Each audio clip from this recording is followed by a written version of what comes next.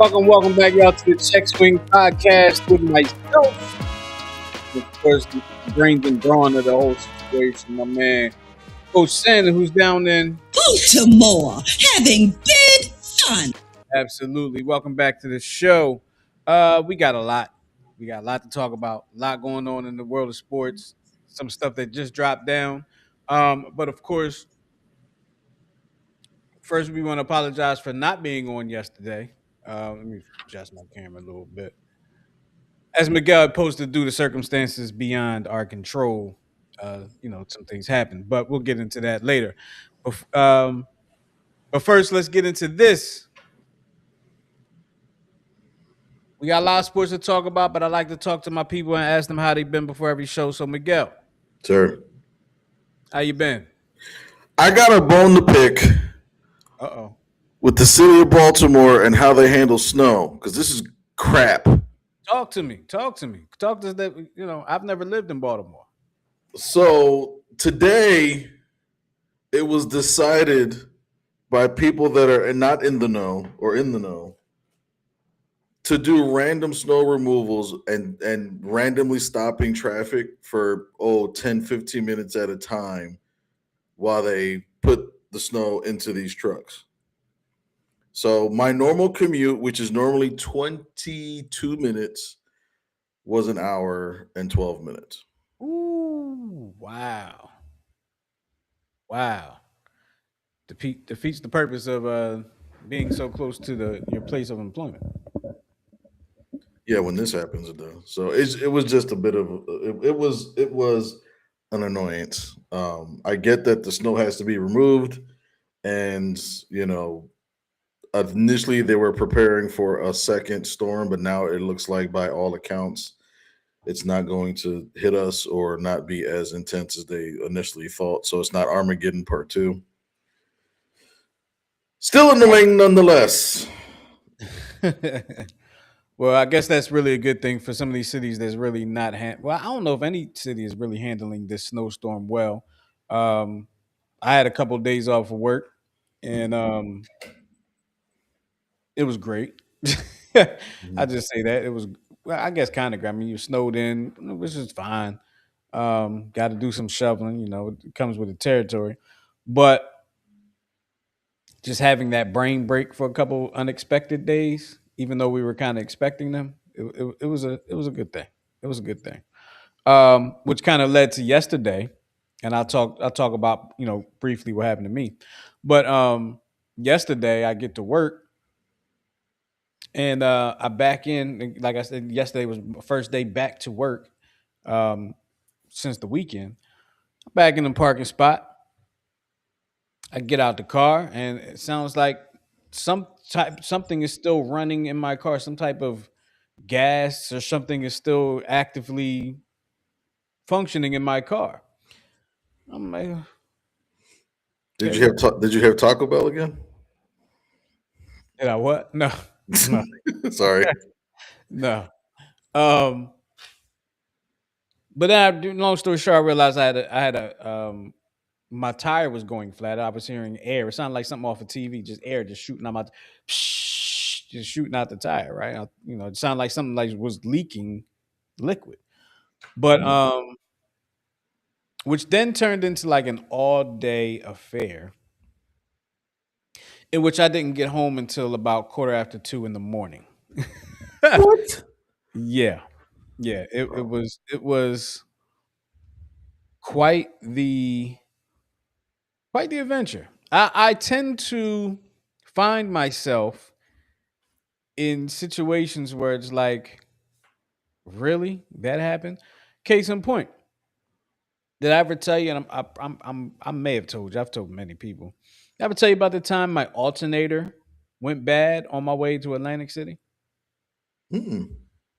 All right, I'll make it real quick. I was on my way to Atlantic City, and I'm on 95, and I noticed my headlights. It's nighttime, so my headlights are a little dim. Right, my headlights a little dim, and I'm not thinking about it. But, maybe I'm tripping. I get on the Walt Whitman Bridge, and I have like no power in my vehicle. Like I can't go more than like 15 miles an hour. I can't put my hazard lights on. I can't put my window down to like tell people go by me. I thought I was a goner that night. I thought one of two things was going to happen to me. I was either going to get smacked into by uh, A bread truck. like a big old truck or something, just barreling down, or somebody was going to think I was some type of terrorist and was going to and they were going to take me out. Allah Akbar. Like I, that's racist. Sorry. That yeah, I was legit scared that at that moment. But yeah, there's always something with me every now and then.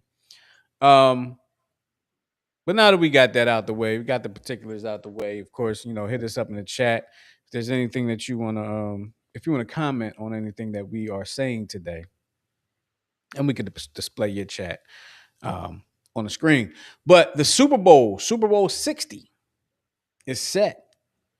Super Bowl 60 is set. And Miguel, if I asked you before the season who's going to go to the Super Bowl, and you said, "Oh, Seattle and New England," Sure I did. I would have thought you was crazy. I'd have said you're out your doggone mind. Seattle, are you serious? No way. But it's where we are, Seattle and New England, and um, it's a rematch from 11 years ago, which I think if you're a fan of football, you remember where you were 11 years ago watching that Super Bowl as they did not give the ball to Marshawn to win the game. I remember exactly what it was. I was working at Comcast Spotlight watching the game up on the screen and wondering along with my coworker, why didn't they give the ball to Marshawn? Which probably everybody in the world was probably wondering the same thing. Anyway, Miguel, Sir. I'm not sure if it's just the Eagles fan in me. I kind of have no interest in the Super Bowl. Like none. Like I'm going to watch because it's the Super Bowl, but I don't really have. Maybe I need this week build up. The Super Bowl is going to be in not this time, but the following. Maybe I need this week build up because I do have interest in Seattle's defense. Their defense is fun to watch, but that's it. Like, I don't know what New England does well. I don't know what they don't do well. How did New England I don't know. Talk to me, Miguel. What's up? I What's mean, your feelings on the it's Super Bowl? it has the potential to be a lower scoring Super Bowl because I think both defenses are pretty good. Um, but I do remember that Super Bowl the from 11 years ago. We actually had a live feed in our church basement, so all the men um, at our church were watching that. I think it was the second Super Bowl in a row that we did that.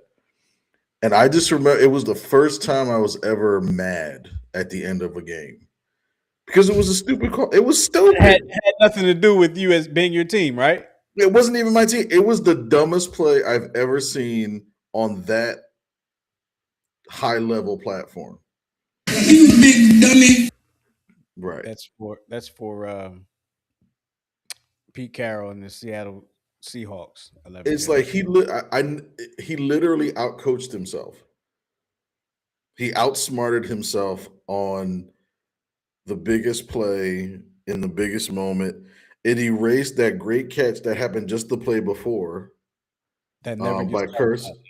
It was one of the greatest Super Bowl catches in history, but it goes down and it goes into the sea of forgetfulness because of that play. Yeah, yeah. So parts of me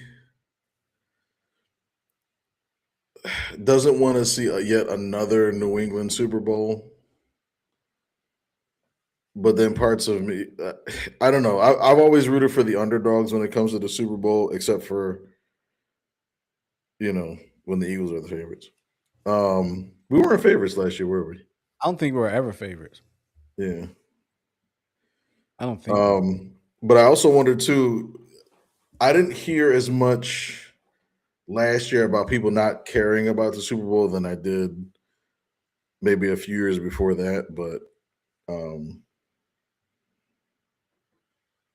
I don't know. Yeah, it's the NFL is going to have to really do a good job, I think, of really Don King. I like to say Don Kinging things up. He's going to have to really. They were going to do a good job of Don King in the Super Bowl up and really telling us fans of other teams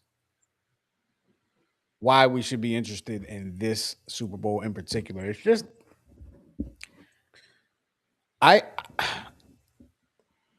funny thing is I probably can't name 3 players on each team. And that's including I can name both quarterbacks.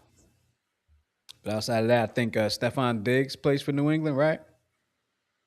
Yeah. Um, How about that after asking out of Buffalo and now he's in the Super Bowl? how about that? That's an interesting story too. We might have to talk about that one day. Um,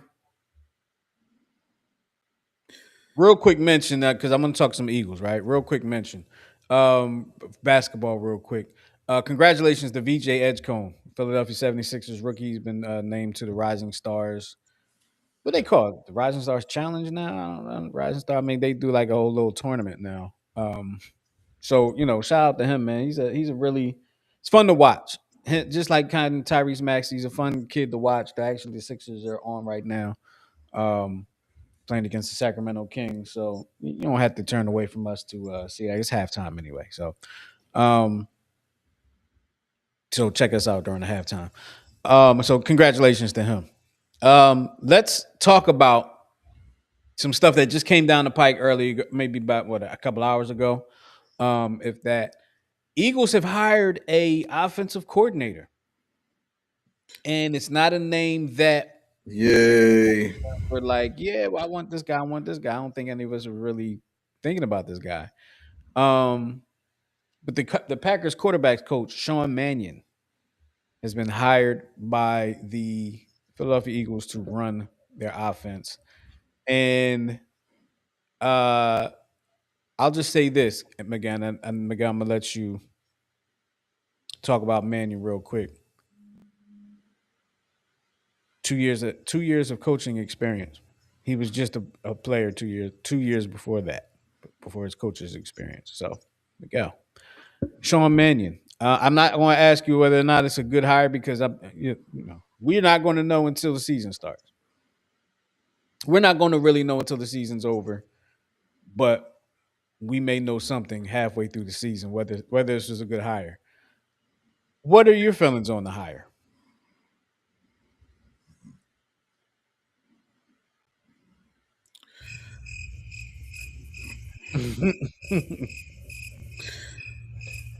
Not a splash.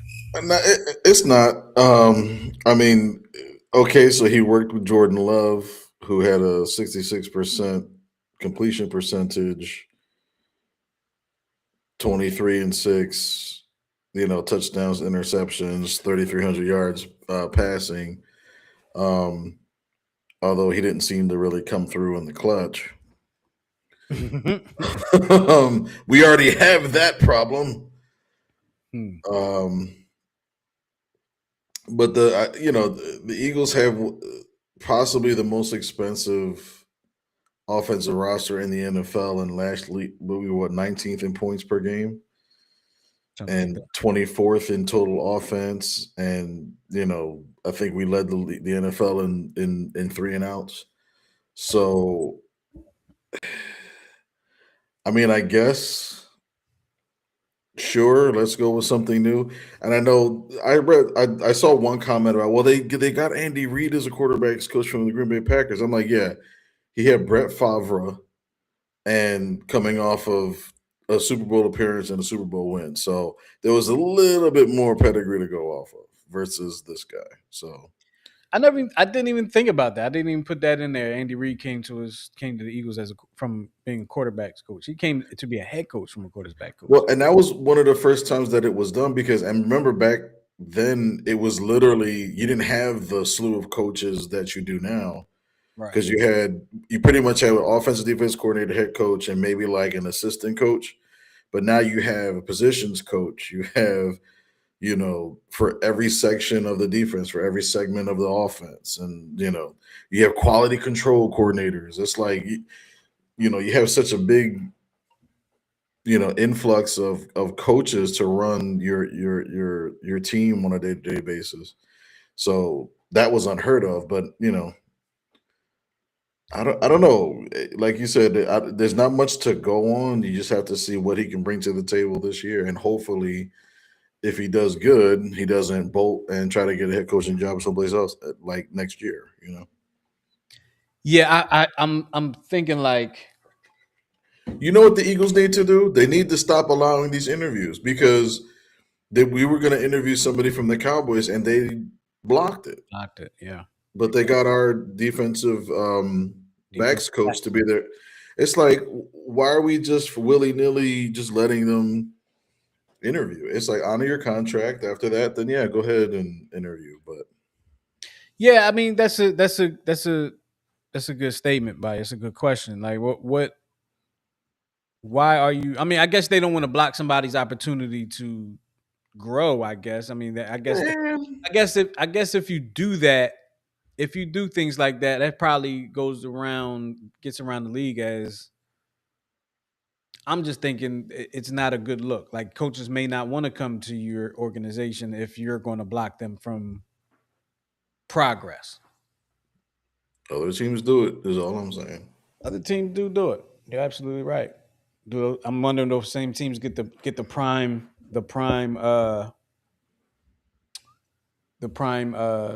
coaching selections. So I have to see Sean Mannion, new offensive coordinator for the Eagles. Excuse me. And I believe Nick Sirianni has said that he's going to call that Mannion will be calling plays. I mean, We'll see about that too. that's a given. I wonder if he called any plays in New England. I mean, in Green Bay. I doubt it because who's that? That's LaFleur, right? LaFleur calls. LeFleur, yeah. I believe he calls the plays out there. All right, so we have a video real quick, and we're going to get to. It's the same video that's in there, right? No. Okay, so we're going to change it up a little bit. But after the video, we're going to talk a little bit more. We got some Phillies talk. And by the way, Harrison Bader signed with the Giants. So I guess I know, but it's only a 2-year deal. It seems like a lot of these guys are signing short-term deals, but I think there's a certain strategery behind it. I feel like Harrison Bader is probably a 2-year deal guy, though. Like I don't see anybody committing like a 7-year to him. Yeah, because he hasn't. Don't want to say that he's injury prone, but he doesn't play full seasons. But Yeah, it's hard to invest in something like that. All right, so this video doesn't need any type of introduction. it's gonna hurt. Okay, here we go.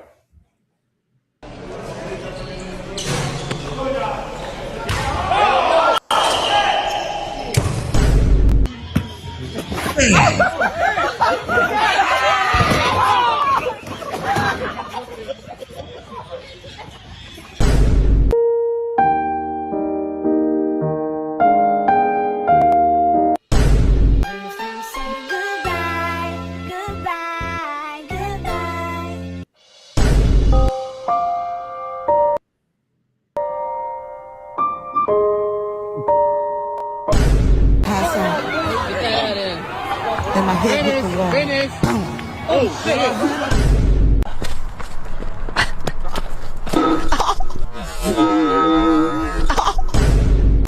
They with the Rat Pack.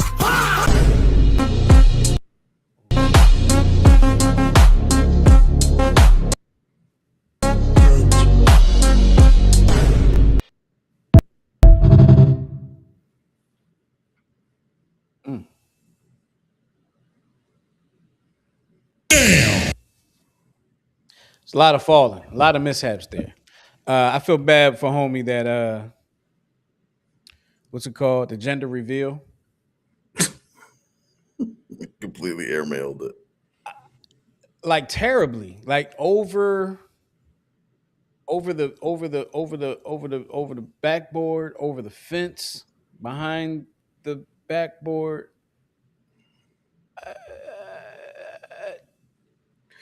I think You that's what happens to men that wear pink shirts with matching pink shorts, and they're above 6'6". You know, hold on, wait a minute. Say that again. I said, well, I think that happens with guys that wear pink shirts along with pink shorts and are over 6'6". I mean, maybe I. Here's the thing. I'm gonna say this real quick, and we can move on. If you're gonna do a gender reveal, right? Which I mean, that seems to be a trend. That's cool. Um, and you're gonna do an athletic gender reveal. Let's be sure you have athletic ability. Take some warm up shots or something. You know, Make sure you have some athletic ability before you go to the shoot around, warm up a little bit. because I'm gonna just put it to you like this. From a man's perspective, and I'm not speaking for any women out there because a woman will get on him like, it doesn't matter. No, I'm speaking from a man's perspective. You do something athletic in front of like friends and family, and you look like a total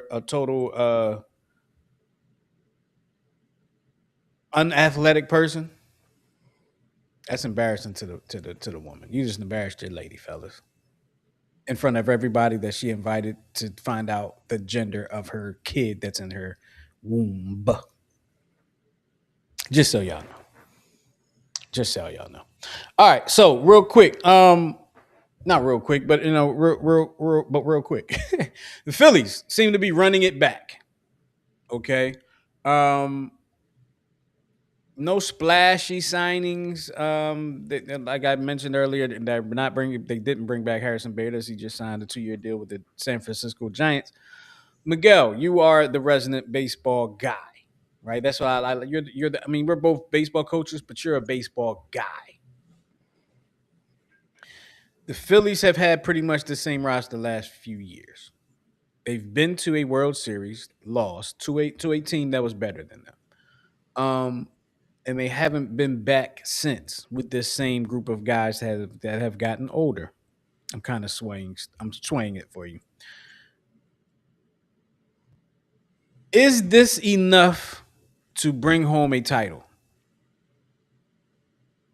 as currently constructed? It's hard to give a yes or no, but I can do it this way. If Wheeler comes back as your ace, as he was last year on his way to a Cy Young Award, if he comes back to that same form, if the bullpen doesn't collapse like it did against the Dodgers last year, and if guys hit in the playoffs, then yes, I think as constructed, the potential is there. And the reason why I say that there's so many what ifs, it's been argued that the Phillies are running it back. I get it. Mainly because of Schwarber, your big guys, your Schwarbers, your Harpers, your JT Realmutos, they've been around for 5, 6, 7 years. I get it. But they are starting to kind of turn a little bit. Like we're still trying to get rid of the Castellanos. His contract's not going to be an easy thing. It's not easy to just wipe out $20 million. It just ain't going to be easy. They're going to have to eat the majority of that money. But I've been saying this for the last 2 years. I've been looking forward for Justin Crawford to come up. It looks like they're giving him the shot to be the everyday center fielder, which is great. I know a lot of people are down on Adolis Garcia. I actually like that signing because of, and I think I said this before when we signed him, he's a dog in the postseason. Like, he's that guy that you want to like pump up the crowd, and he plays great defense. He's like a 90% upgrade on defense. And we need a dog in the postseason because we ain't and got we one. need a dog in the postseason outside of Harper. Because I think Harper pressed a little bit, trying to rekindle what he did in 22. I think he could potentially take the pressure off of Schwarber and Harper. Um, but our outfield looks faster, better defensively, so that's a plus. I think Johan Rojas is either too small or just not. I don't think he's going to be the hitter that they want him to be. But I mean, it'll be his third season in the big league, so we'll see if that turns around. I Oh, don't like Brett. you think he's gonna be on the big league roster? I think if for nothing else, as a fourth outfielder, because he Right. plays great. He's a great defensive player, Absolutely, absolutely. but you know he might be your defensive replacement for like a Brandon Marsh in left. You know what I mean? Um, and I don't. I know people like Marsh because of the long, ugly hair, and he looks like if it were Baltimore, he looked like somebody from Dundalk, or if he was in Philly, he would look like somebody from K&A. I'm just calling it like it is. He looks like You know what he looks like to me? He looks like I guess with the hair, right? He looks Yeah. like somebody from the WWF in like the 90s that would have been battling for the Intercontinental title. Right. And my question is, you're a baseball player. Why are you always wet? Yeah, he wets his hair purposely. Which is whatever.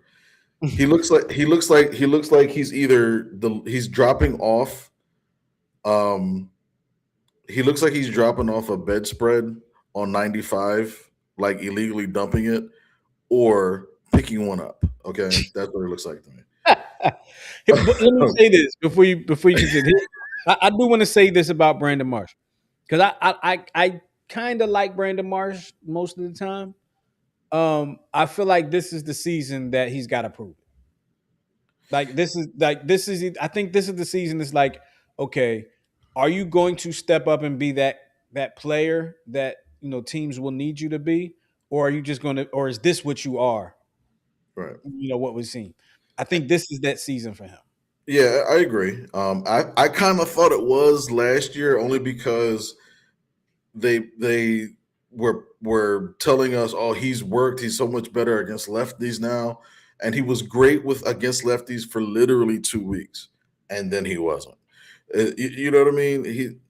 I just don't think he's an everyday player. He can take over for somebody that's injured for a short period of time, or he can bat against righties. That's it. I think he's a platoon player. I don't think he's going to be. I hope I'm wrong. This is the way I coach. I want players to prove me wrong. I hope he proves me wrong. But just like with Aaron Nola, there's a pedigree there, and when you keep doing the same thing over and over, expecting a different result, someone's crazy. A little bit of insanity. A little bit of insanity. Little bit. So it's going to be interesting to see, man. I personally don't think it's enough. Well, to run it back. one more. I guess technically they're not. I'm gonna let you. I guess technically they're not running it back, but in a lot of ways they are. Go ahead, Miguel. So yes and no. I like what they've been doing. They've been stacking up players on the bullpen.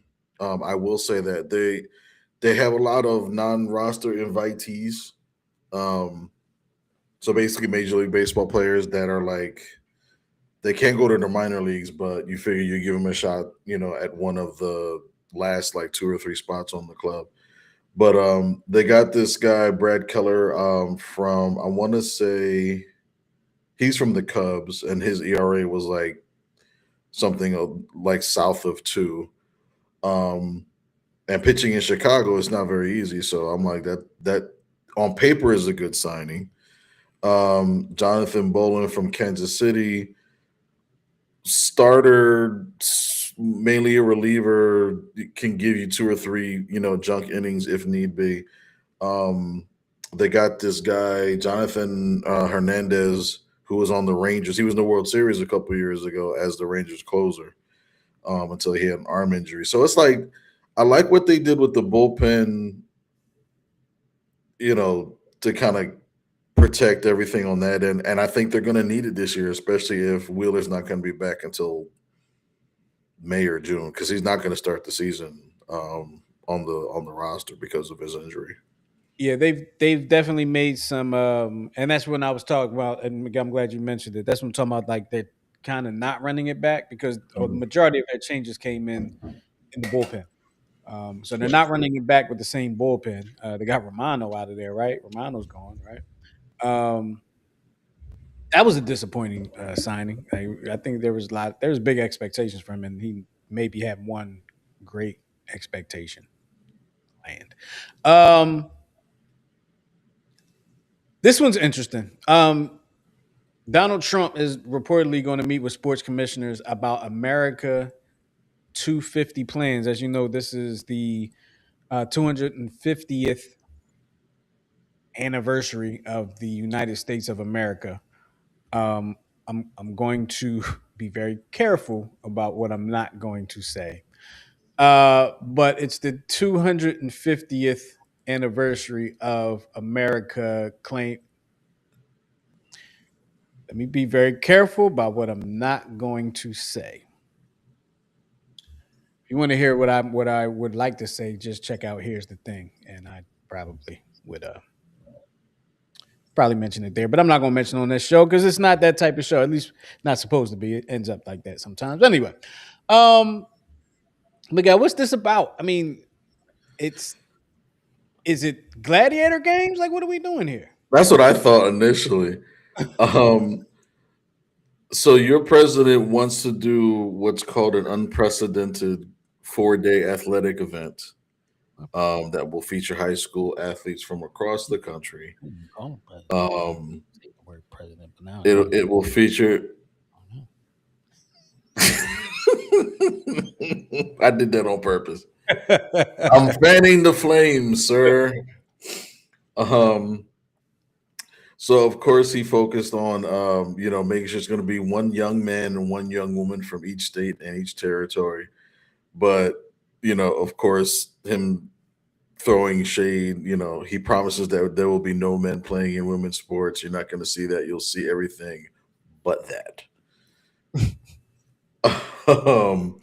And this is also a segue to him announcing the UFC fight night on the front lawn of the White House in June. So that is also kind of a, it's coinciding. It's also going to compete or coincide with the FIFA World Cup, which has 11 featured U.S. game sites, which includes New York, Houston, Atlanta, Miami, Philadelphia, Los Angeles, Seattle, and Santa Clara of the San Francisco Bay Area. So, yeah, he wants to be at the center of all this. And he's calling on all of the commissioners from all the sports to kind of come together to kind of help with his vision, whatever the hell that may be. I feel like, and I could be very wrong, but I feel like, I guess he couldn't, but I feel like this should have been like in the works 2 years ago. Right. To land, I mean, maybe they can make it happen quicker, but like to land, I feel like this had to be in the works 2 years ago, not like right now, trying to see if you can make it work. I mean, these commissioners have leagues to run. They actually have like professional billion-trillion-dollar leagues that they need to run. So I'll leave it at that. I'm just going to leave it at that. You can go ahead, but I'm gonna leave it at that. You go ahead. Well, so the NFL started doing certain things in honor of the anniversary of the signing of the Declaration of Independence by Why? Because having they will be having officials will use American 250 branded coins for the pregame and overtime coin tosses, which will be later auctioned off for charity. No, I bet it will. Bet it will. First of all, okay. I'm glad you said that because I didn't know that. But I'm glad you said that. So I feel like the only time, and please correct me if I'm wrong, Miguel, or anybody that's watching, the only time we even see the coin, both sides of the coin, in any athletic event is the Super Bowl. I feel like that's the only time they say this side is, and they put the camera on it. This Right. side is heads. It has the whatever the beehive with the river and the mountains running in it, and this side is tails with the Super Bowl logo. You know what I mean? Like so, flipping of the coin with specially commemorated United. Who gives a flying filth, flooring filth about this damn coin? Kudos, NFL is going to be auctioned off for charity, supposedly, whatever. Great. Who gives a good god darn about a coin? What's going to be on the coin that we ain't never going to see? We ain't Nor never going will, to see. And if the coin is not in this year's Super Bowl, it ain't going to make no sense to be in next year's Super Bowl. You can have every team do the flip coin with the coin next season during the season, but we don't see that part, so it doesn't really matter. well, it's also him wanting to be. He wanted to inject himself into the Super Bowl, and especially after bad. It was announced that Bad Bunny was going to be the halftime show, and further instigated by Bad Bunny, which I believe I read a story where he's actually going to be performing an address for LGBTQ. So I Okay. allegedly the conversation is we're trying to bring in all people. You know what I mean? We'll see how that goes. Okay, you kind of blindsided me with that one. First of all, let me put it to you like so. Let me just say, and I feel like Bad Bunny was a Trump supporter at one time, and then kind of Well, flipped his lie as allegiance it was the ICE thing, and there was another story I read today that ICE will be present at at the the Super Super Bowl. Bowl. At the Super Bowl. Yeah, I did hear that. Um, So, but yeah, ever since the whole ICE thing started with the immigration thing started, and then ICE started raiding specific cities and started targeting, black and brown people. Um, then it became, hey, hey, his political stand that, and now Caucasian people too. and now Caucasian, yeah, and not to get political or any, thing, whatever. We were talking about that at work today, and somebody had made a statement that now things are going to get done now that Caucasians Maybe, are getting maybe. So, but maybe it's for another show at another time. yeah, We can start a show with sports and politics. ooh, we can we, ooh, that sounds kinky. we can do that. Um, let's move on to something that I'm gonna put your slideshow up now, Miguel. That okay? Oh God, We're gonna talk about this. So what you're seeing there is all right. So Miguel, you might know a little bit more because I didn't read the article. I just kind of got it from you. But here's so in the NBA is big on specialized commemorate. I shouldn't say the NBA. There special commemorized sneakers have become a thing, especially in the NBA when it comes to like the All-Star game and stuff like that, or Christmas Day. You'll see a Christmas Day pair of sneakers that somebody like LeBron, as you're seeing there, is wearing. You know, Kyrie Irving, Kobe Bryant used to have a pair of Christmas sneaks come out every year. You know, whoever, whatever the case may be, Steph Curry, whatever the case may be, right? So right now, what you're looking at, you see Martin Luther King, you see LeBron James, and you see Lorraine Motel and all like that. So Nike's putting out a commemorative sneaker that I believe LeBron James is going to wear, and it's commemorating Martin Luther King. Now, the way that they are honoring this is the colorway of the shoe is the same colorway of the Lorraine Motel. And for those that may not know, the Lorraine Motel is the hotel in which the Reverend Dr. Martin Luther King was assassinated, murdered. And our question was to you, the audience, to the people, is this tone deaf? Is this a tone deaf thing? To me personally, it's kind of, and you can put your comments in the chat. You know, it's very. I think it's tone deaf. Like it's strange to me because you're honoring Dr. King by I mean, you're kind of highlighting his assassination. Okay, I compare it to, let's say they wanted to honor Charlie Kirk, who was murdered last year on a college campus.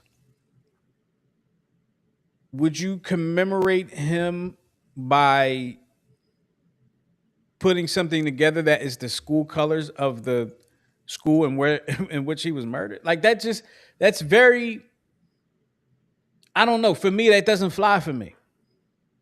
That doesn't fly for me. Now I know, the sneaker game is really now about collections and it's really about, commemorative and people might buy these and never really wear them. They just kind of display them.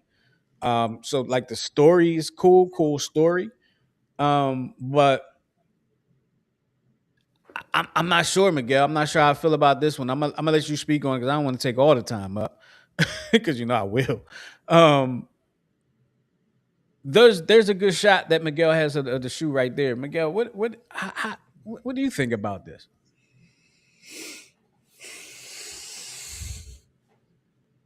Yeah, I don't know. It was like I said. I think when you and I were talking yesterday about this, I was like,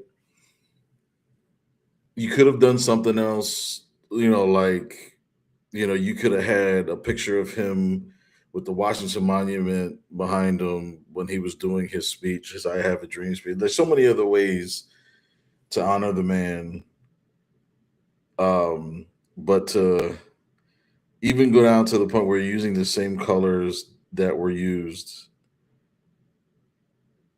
from the motel that he was shot in, and the pictures of it, he's literally laying there with a towel over his face with his head blown off, just about. Because every time I see the Lorraine, that font and that motel, I see that image, and to me, Mhm. you know what I mean? And I can only imagine, the family. Nike did respond to the criticism. Nike said that when it used the controversial color, it was looking at it from a different perspective. In 1991, the Lorraine Motel was transformed into the National Civil Rights Museum to preserve the site and honor Dr. King and the American Civil Rights Movement. The museum was the intended reference to the shoe color, not its predecessor. Um, the vice president of Nike said that the design is so subjective, and some people the design will resonate with, and others maybe less so. And obviously, that becomes a little bit more charged when you have bigger principles at play. I think the intent, though, was really to pay homage to Dr. King, his life, and his legacy. So I guess that's if that's the premise, if that was the goal, were you successful in it? First off, the shoe will be released to the public February 24th. It's going to cost $210. Kids versions are only $165. Much for the babies. Right. But this is where I think it kind of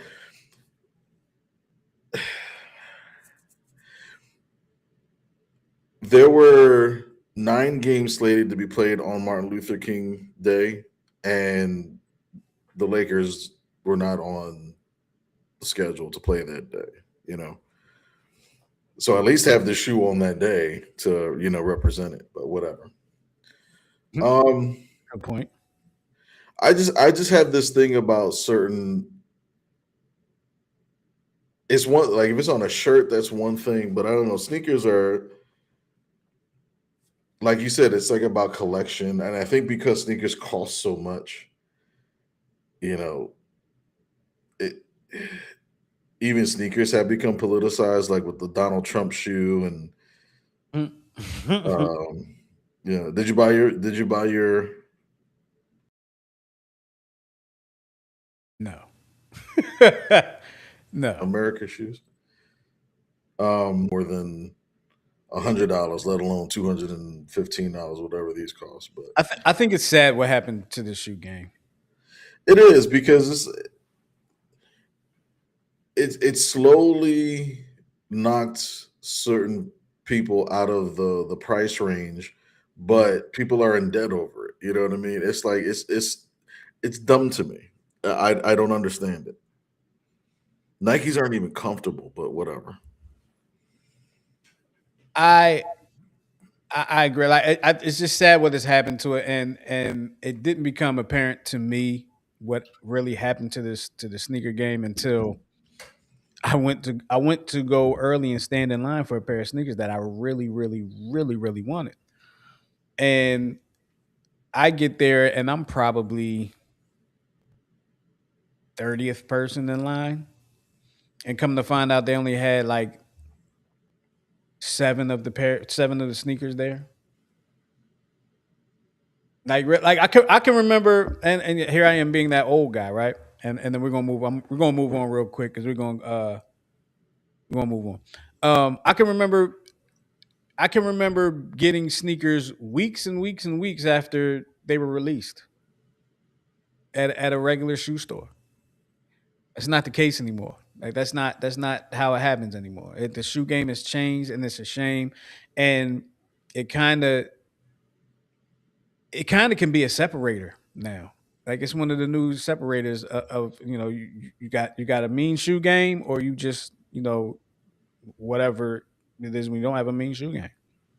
But now it's become a almost like a have and have not type thing. It's about exclusivity. So yeah, it's sad that has happened because I was never a sneakerhead, but I was a liker of sneakers. But now, like you said, these $200 something. This would have been a pair of sneakers I would have liked to have gotten to wear in the summertime with some shorts or something. But $200 something, I'm not paying that. I'm in my 40s. Like, I'm not paying that. Um, I'd rather not. I could spend $200 better somewhere else, and that, my friends, is the old head in me talking. um, I know we're running short on time, so there's a couple things that we're gonna have to move to next week, and I completely skipped over one thing. That actually can get mentioned later, but Duke quarterback. There's a whole saga is going down in at Duke University with their quarterback. We could talk about that next week. And Allen Iverson, man, some controversial things going on with Allen Iverson. We could probably move. We'll talk about that next week as well. But Miguel has another video for us. And after the video, we're going to talk about Bill Belichick not being voted into the Hall of Fame. But before we do that, does this video need any type of introduction? No. Let it rip.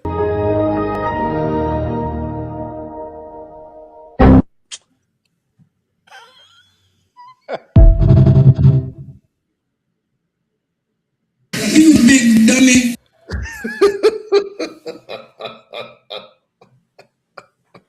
What was that? And anytime the video ends with the Tony Yayo at the end with that puts the cherry on top of the Yes. because it's always perfect because that's really your reaction. Like Yeah. Like, what really? are you thinking? Like really? I love that Tony Ayo Yeah, that's the best. that just puts the icing on the cake for some of these videos. You know what? I'm gonna see that one more time. Can I? Am I?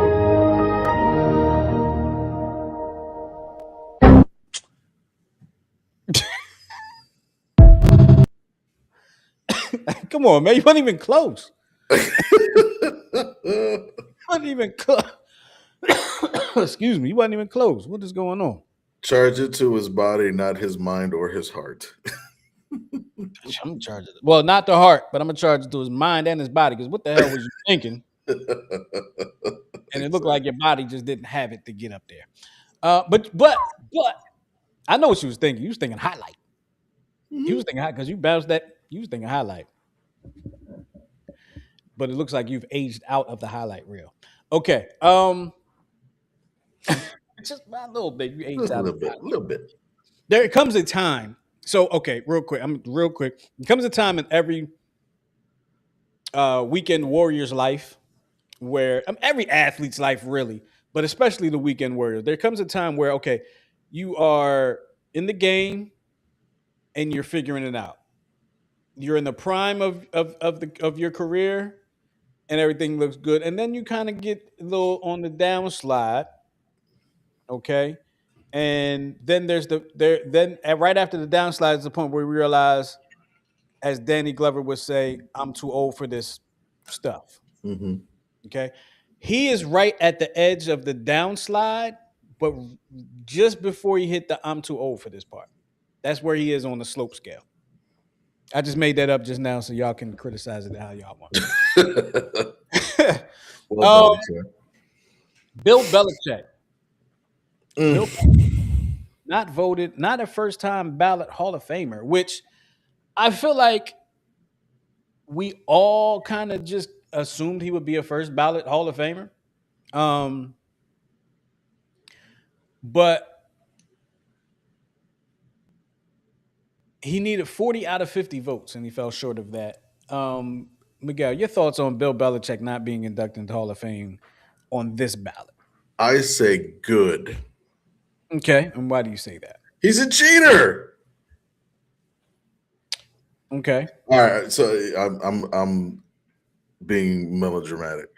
No, but I think if there is a couple of challenges, I think it would be not even Deflategate, but Spygate, because he was actually caught doing it. And the bigger conspiracy to me is the fact that they destroyed all the evidence. But hey, who am I?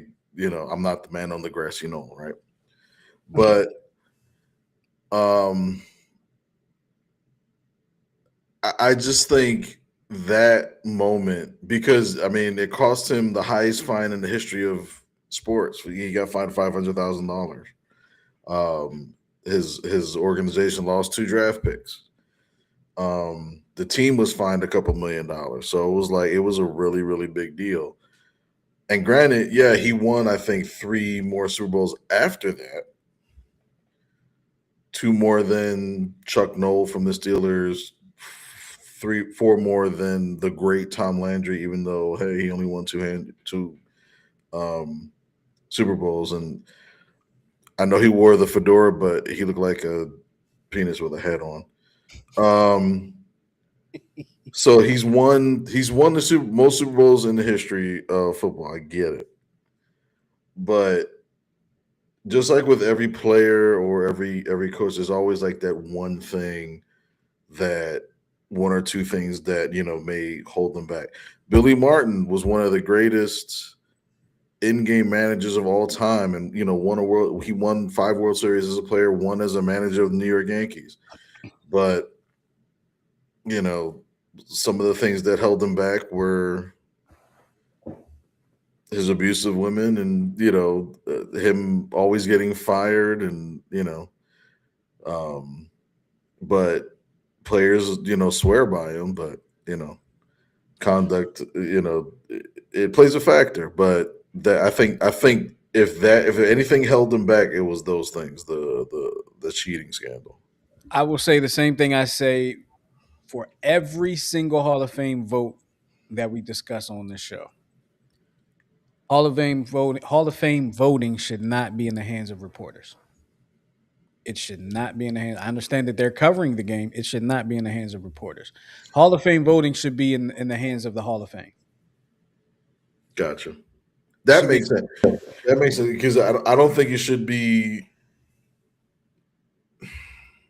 I don't think it should be in the hands of the fans either, because then people like Lenny Dykstra would get into the Hall of Fame, and we don't need people like him in the Hall of Fame. Now, I have a question for you because I had a whole way I wanted to combat this or discuss it, but I want to ask you this because I'm kind of changing it up now based on some of the things you said, and I'm going to ask you this, putting you on the spot. No right answer. There will be a right answer, but not for you necessarily. Who gets into the Hall of Fame first? Based on the things you just said. Bill Belichick or Barry Bonds? I knew you were going to ask about that. I knew it. Now let me say this. Let me put this in there. NFL never technically said that Bill Belichick was guilty of doing this stuff. He got fined, the team got, but they never really said, yeah, he did it. They did it. They just kind of destroyed the evidence. They didn't want you to see anything and all like that. They fined them because of the speculation. They fined them because of the stuff that they found, but they just never came out and said, this is what it is. This is what happened. All they did was fine them, and punish them. But they never really said, yeah, he cheated. I guess they can't. But in the same hand, Barry Bonds also he's never tested positive for anything. He was also never he's never been caught. Well, that's not true. He did test positive, but the claim was remember it was the cream. So he had arthritis.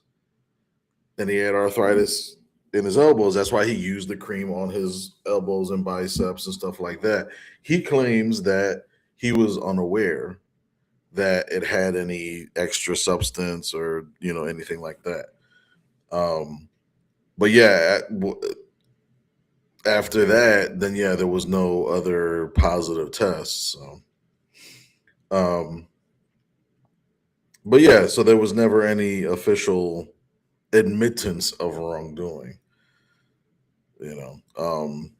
So who gets in first?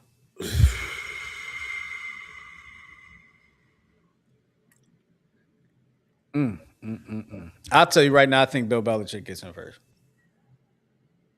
And I think that's because I expected him to get in this time. But while you think about that, I'm going to read a couple of statements while you think about that.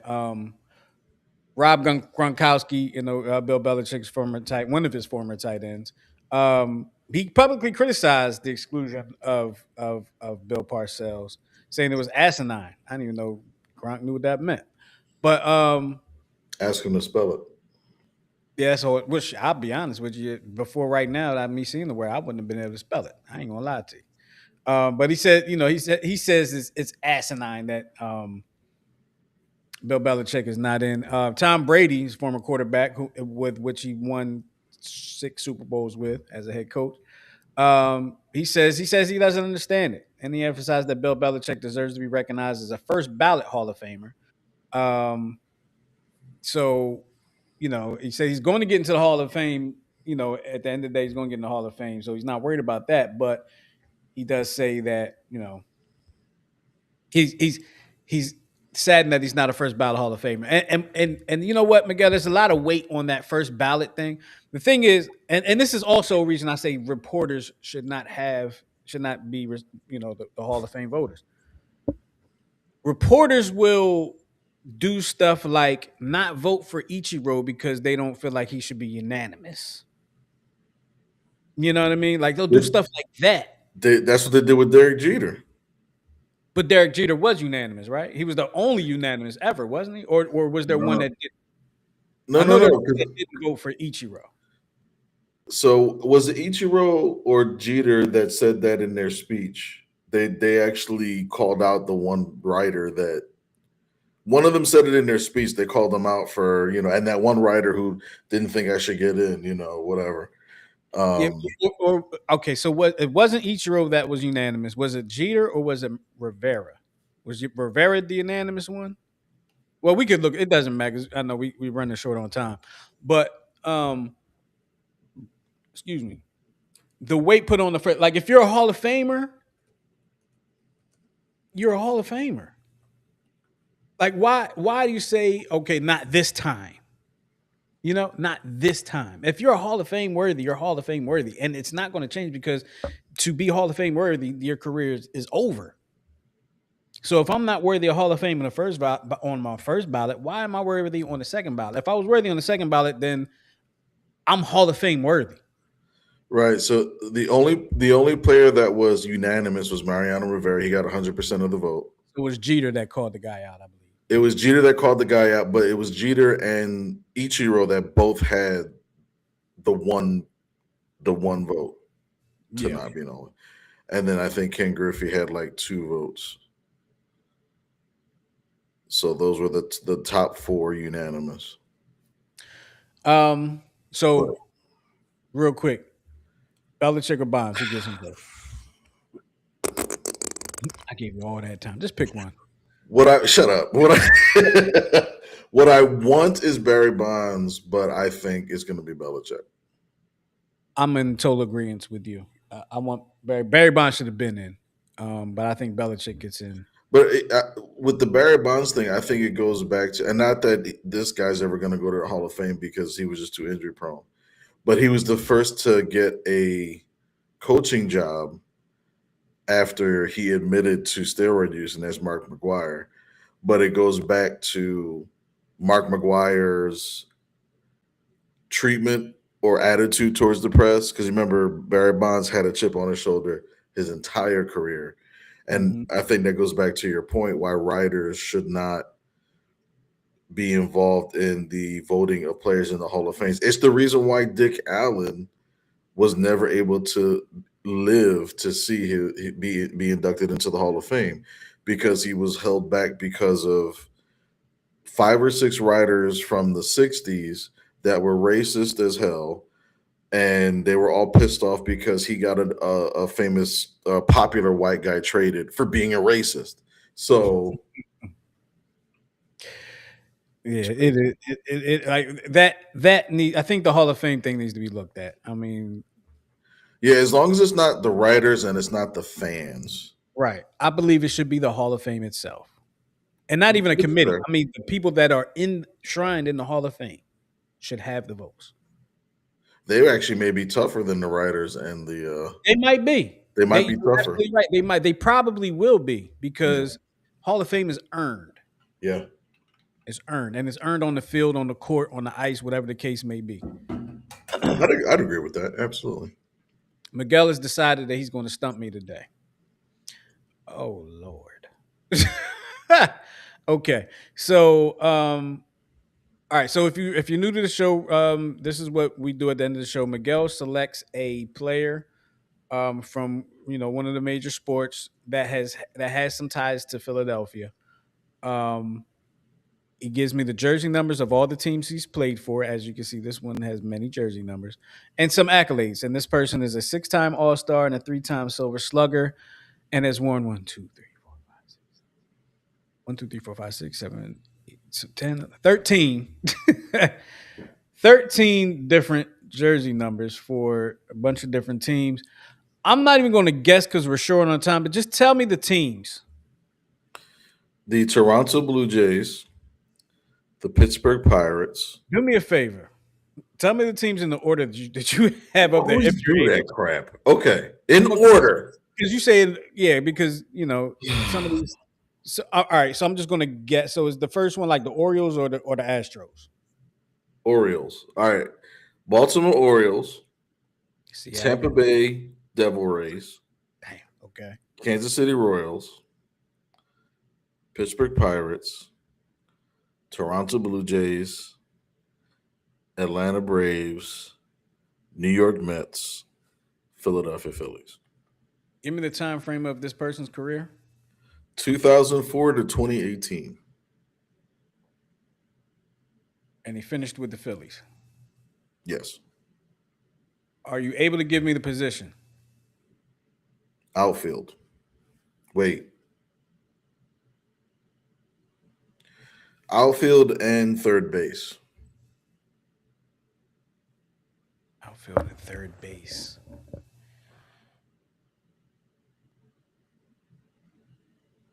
Ibanez? No. I'm gonna tell you right now, I have no idea, right? And with all those teams, like it's just too many teams. I think I'm overstimulated to be able to like figure out. What? Okay. How about if I break it down like this? The two teams he played the longest with were the Pittsburgh Pirates and the Toronto Blue Jays. And his career lasted from 2004 to 2018. And he started with the Orioles. Yes. 2004 to 2018. Started with the Orioles. The Orioles, then the Rays, and then who?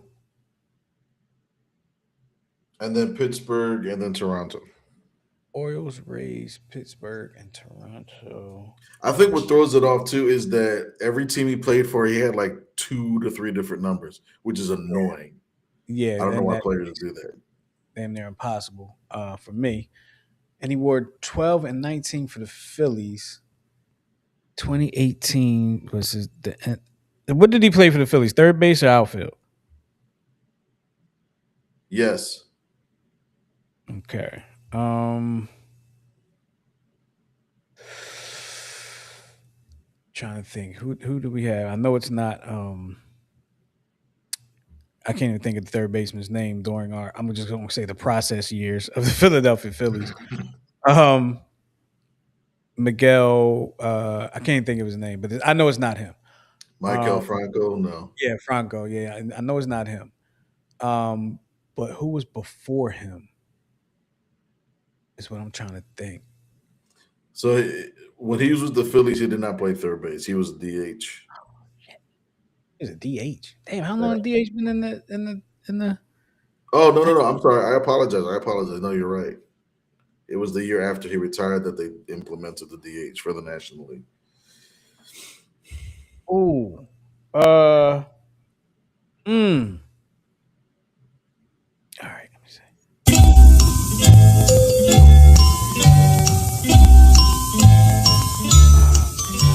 got it. You definitely got it. This one's tough.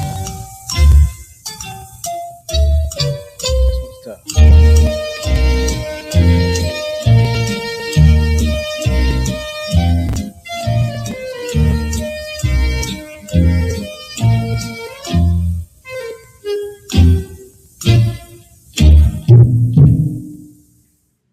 You got me, Miguel. I don't know. You got me. Who? All right. Are you ready?